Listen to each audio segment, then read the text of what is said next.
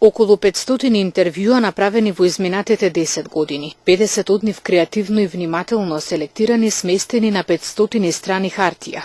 Пулсот на времето е првата книга на новинарката Ана Јовковска, разиграната монографска збирка промовирана и пред тетовци. Во неа авторката ги разголува од професионалното сите афирмирани јавни личности, поети, професори, уметници, активисти, автори, политичари и дипломати.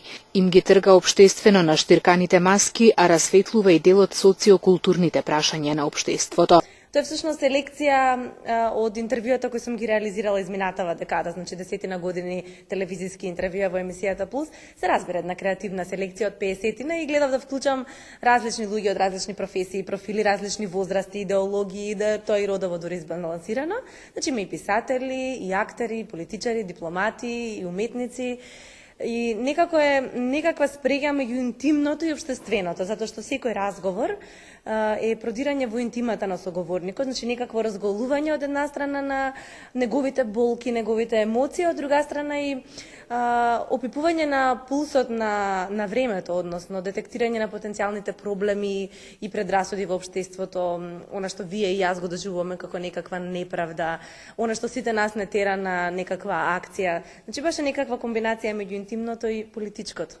Новинарката Јовковска промоцијата на својата книга ја правеше заедно со караванот на дебати Пулс на општеството. Патриотизмот, романтика или параноја беше едно од прашањата за кои се дискутираше пред тетовската публика. Тие дебати се форматирани ништо слично како што беше емисијата Пулс, значи на различен тематски спектар, зборуваме отворено и се соочуваме и се пресретнуваме со различното, некаков диверзитет на мислења, а целта е всушност култура на дебата, промовирање култура на дебата. Сметам дека дебатата е неопходна за секое демократско, инклузивно, отворено и креативно општество. Се работи за патувачки проект кој досега беше на 2 други места, оваа дебата во Тетово е трета поред. Искуството од оние дебати досега ни покажа дека навистина луѓето имаат потреба да зборуваат. Мислам се случува да поставуваат по 20 прашања од публика, така што тоа е еден жив импулс на секој град. Пулсот на тетовци Ана го чувствуваше заедно со незините пријатели, аналитичарот Артан Садику и актерот Висар Вишка. Тие зборуваа за дистинкцијата помеѓу партиското и политичкото, за вината и одговорноста, за патриотизмот како љубов и национализмот како омраза, за протестот како емотивен гест. Разговор секогаш треба да се разговара за многу работи, значи треба никогаш да не се престанува да се разговара и да се дебатира за сите работи во општеството, па зашто да не и за уметноста, и за местото на уметникот, и за односот на државата кон уметникот, и за односот на уметникот кон државата. И тоа е многу важно, затоа што сега имаме многу како да кажем, како војски на уметници спротиставени едни спрема други и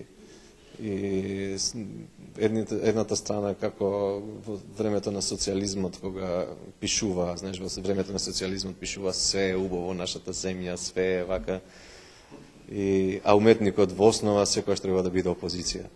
Сведоци сме дека во последните месеци во Македонија се случува некоја си граѓанско раздвижување.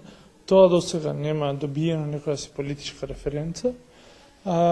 Целта на денешната дискусија гледам како преиспитување на различните можности, како тој граѓански глас да стане релевантен, да добие во значење и да може да издействува сериозни промени во општеството во Македонија, која во последните години е зачмаена на некој начин, чека на промени кои во последните месеци се најавуваат од страна на таквото едно граѓанско движење, но за жал партиските преговори преовладеа на таквата енергија.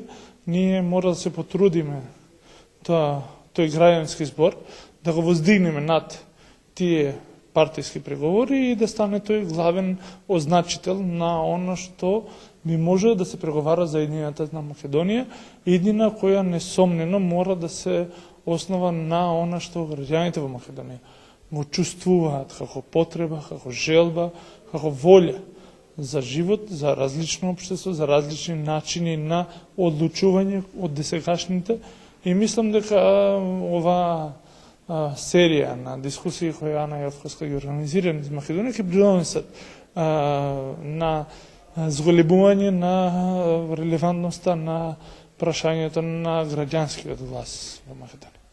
Низ книжевното дело Јовковска прави вивисекција на македонската интелектуална мисла, расветлувајќи прашања од интердисциплинарен карактер и анализирајќи ги социокултурните феномени на денешнината како културен документ на едно време. Истата е реализирана со издавачката куќа Силсон, читачки клуб при Матица Македонска и покрај интервјуата содржи биографии и фотографии.